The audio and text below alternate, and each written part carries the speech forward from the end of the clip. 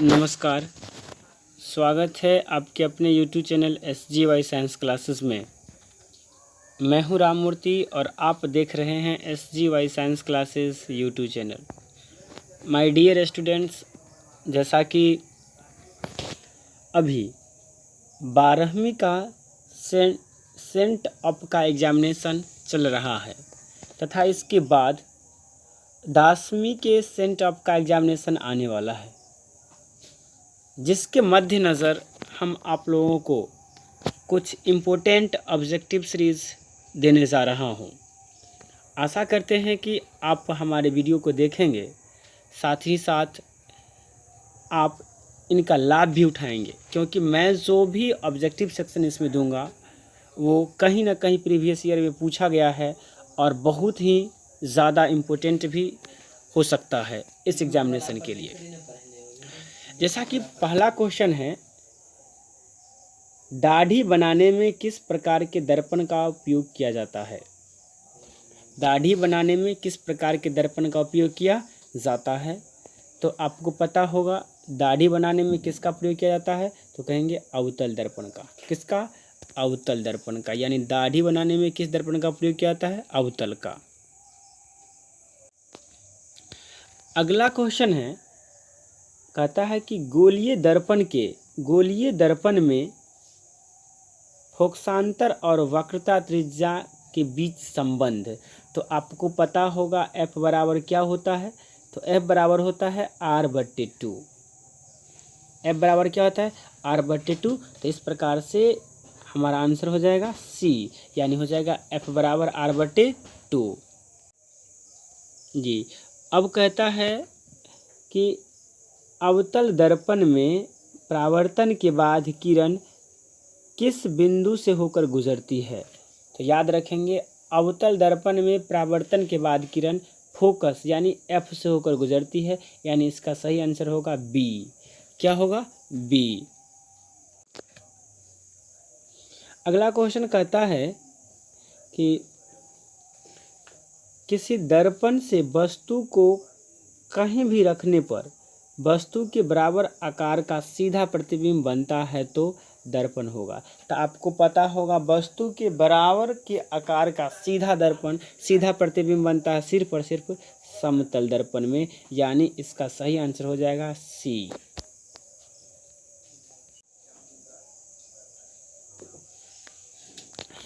प्रकाश के अपवर्तन के कितने नियम हैं? तो आपको पता होगा प्रकाश के अपवर्तन के 2 नियम हैं, यानी इसका आंसर हो जाएगा B।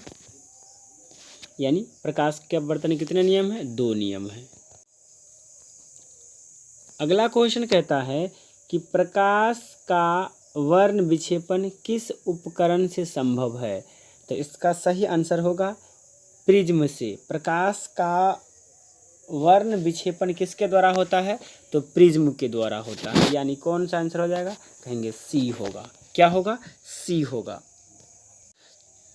अगला क्वेश्चन कहता है कि किसी गोलीय दर्पण की वक्रता त्रिज्या 50 सेंटीमीटर है, तो इसकी फोकस दूरी क्या होगा? अब देखिए, यहाँ पर वक्रता त्रिज्या दे दिया है, यानी R का मान दे दिया है कितना? 50 सेंटीमीटर। कितना दे दिया है? 50 सेंटीमीटर। और हमसे क्या पूछा है? हमसे पूछा है कि इसका फोकस का मान क्या होगा, यानी F का मान क्या होगा। और F बराबर होता है R/2। R का मान यहाँ कितना है? 50। तो कहेंगे 50/2 हो गया। काट देंगे तो यहाँ से हमको क्या मिल जाएगा? तो कहेंगे 25 सेंटीमीटर मिल जाएगा। अब देखिए 25 सेंटीमीटर कौन सा आंसर है? तो कहेंगे C। तो इसका सही आंसर हो जाएगा C, यानी इसका फोकस दूरी कितना होगा? तो कहेंगे 25 सेंटीमीटर जी। अगला क्वेश्चन कहता है कि 1 मीटर फोकस दूरी वाले उत्तल लेंस की क्षमता होगी। तो 1 मीटर फोकस दूरी वाले उत्तल लेंस, तो उत्तल लेंस में फोकस दूरी क्या होता है? धनात्मक। और क्षमता होता है 1/, फोकस दूरी मीटर में तो 1/1, यानी 1 डायोप्टर। तो 1 डायोप्टर, यानी आंसर क्या हो जाएगा? कहेंगे B आंसर हो जाएगा। 1 डायोप्टर, 1D। अगला क्वेश्चन कहता है कि किसी उत्तल लेंस की फोकस दूरी हमेशा होती है। तो अब आप बतलाइए उत्तल लेंस की फोकस दूरी क्या होती है? तो कहेंगे पॉजिटिव होता है। तो उत्तल लेंस की फोकस दूरी क्या होती है? पॉजिटिव। तो इसका आंसर हो जाएगा ए, यानी पॉजिटिव होती है। अगला क्वेश्चन है, कहता है कि प्रकाश का वेग न्यूनतम होता है। तो प्रकाश का वेग न्यूनतम किस में होता है? तो देखिए निर्वात में तो सबसे अधिक होता है, तो ये होगा नहीं। वायु में उससे कम होता है, तो यह नहीं होगा। सब उससे कम जल में होता है, और सबसे कम किस में होता है? तो कहेंगे कांच में होता है। यानी इसका सही आंसर क्या हो जाएगा? कहेंगे डी हो जाएगा।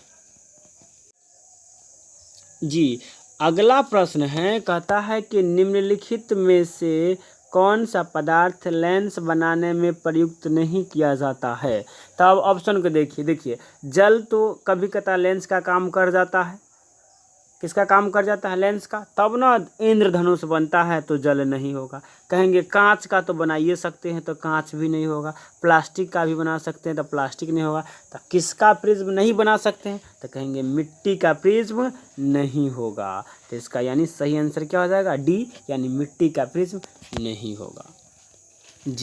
जी, अगला क्वेश्चन है, कहता है कि काल्पनिक प्रतिबिंब होता है।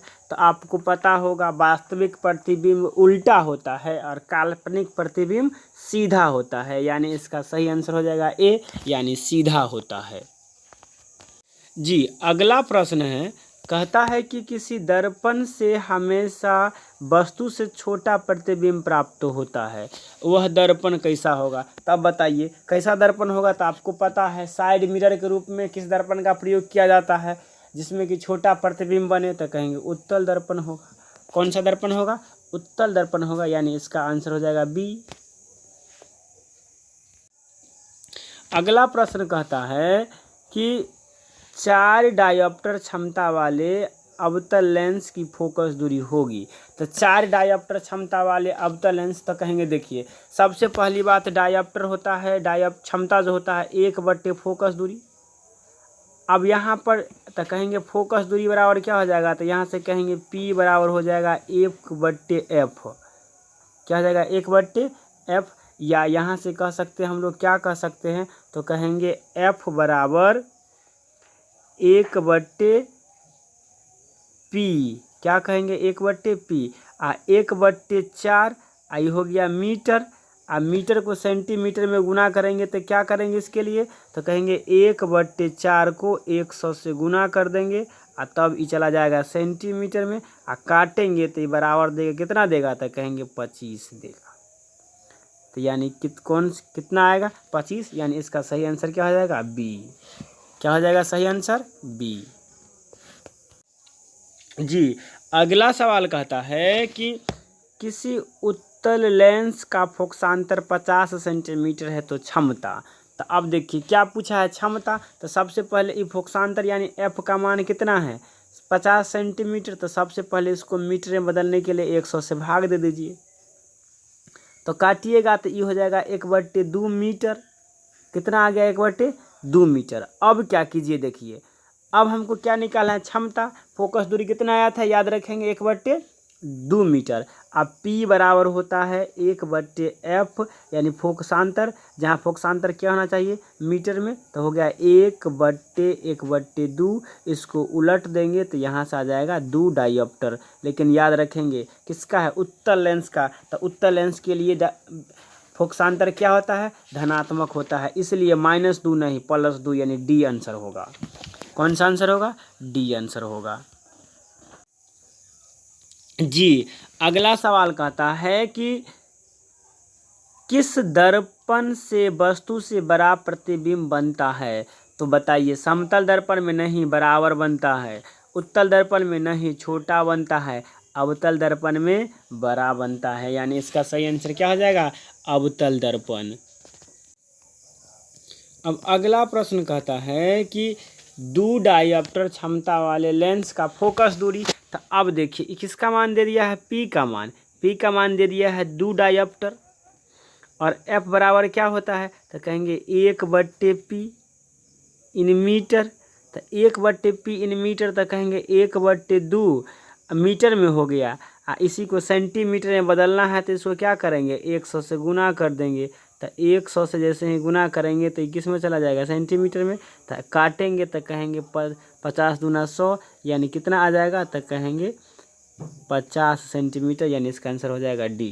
क्या हो जाएगा आंसर, डी। जी, अगला प्रश्न कहता है कि प्रकाश के परावर्तन के कितने नियम हैं। तो बताओ छुटकू, 1 है, नहीं रे, 3 है, नहीं रे, 4 है, नहीं रे, कितना है, तो 2 है। तो इसका आंसर हो जाएगा बी। अगला सवाल कहता है कि समतल दर्पण द्वारा बना प्रतिबिंब होता है। कहेंगे वास्तविक, नहीं, काल्पनिक। तो हाँ, समतल दर्पण द्वारा काल्पनिक प्रतिबिंब बनता है, यानी इसका आंसर हो जाएगा बी, काल्पनिक। जी, अगला प्रश्न है, कहता है कि जब प्रकाश की किरण हवा से कांच में प्रवेश करती है तो मुरझाती है। अब देखिए यहाँ पर एक बात याद रखने योग्य है कि कांच जो होता है वो ज़्यादा सघन होता है, और हवा जो होता है कांच की अपेक्षा कम सघन होता है। और जब कम सघन से ज़्यादा सघन माध्यम में प्रकाश जब प्रवेश करेगा तो क्या होगा, वह अभिलंब के निकट आ जाएगा, यानी इसका सही आंसर बी होगा, अभिलंब के निकट। क्या हो जाएगा, अभिलंब के निकट आ जाएगा। जी, अगला क्वेश्चन कहता है कि किसी दर्पण से आप चाहे कितना भी दूरी पर खड़े हो, आपका प्रतिबिंब हमेशा सीधा प्रतीत होता है, संभवतः दर्पण है।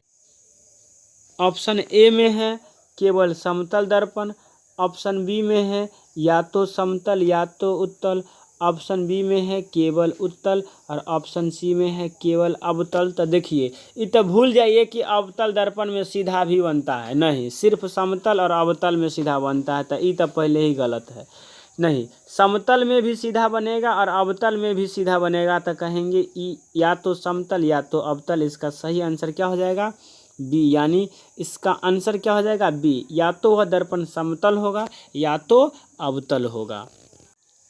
अगला प्रश्न कहता है कि फोटोग्राफी कैमरा का अभिदृश्यक होता है। तो आपको पता होगा फोटोग्राफी कैमरा का अभिदृश्यक उत्तल लेंस का होता है, यानी इसका आंसर हो जाएगा ए। अब देखिए, ये प्रश्न बहुत बार पूछा गया है और बहुत VVI प्रश्न है, इसे तो रट के रखेंगे। कहता है कि साइड मिरर के रूप में प्रयुक्त होता है, सबको पता है, उत्तल दर्पण, यानी इसका सही आंसर बी होगा। इसे रट के रखेंगे, बहुत VVI है ये। जी, अगला प्रश्न कहता है कि एक अवतल दर्पण की फोकस दूरी 10 सेंटीमीटर है, इसकी वक्रता त्रिज्या क्या होगा। तो कहेंगे बबुआ फोकस दूरी है एफ, तो एफ कितने है 10 सेंटीमीटर। तो कहेंगे आर बराबर क्या होता है, तो कहेंगे 2F, और एफ के जगह पर 10 रख दो, तो कहेंगे 2 गुने 10, तो हो गया कितना, तो कहेंगे 20। कितना हो गया ये, 20। तो यानी इसका आंसर क्या हो जाएगा, बी, 20 सेंटीमीटर। जी, अगला प्रश्न कहता है कि किसी माध्यम के अपवर्तनांक का मान होता है। तो आपको पता होगा साइन आई बट्टे साइन आर होता है। तो क्या हो जाएगा, आंसर हो जाएगा इसका बी।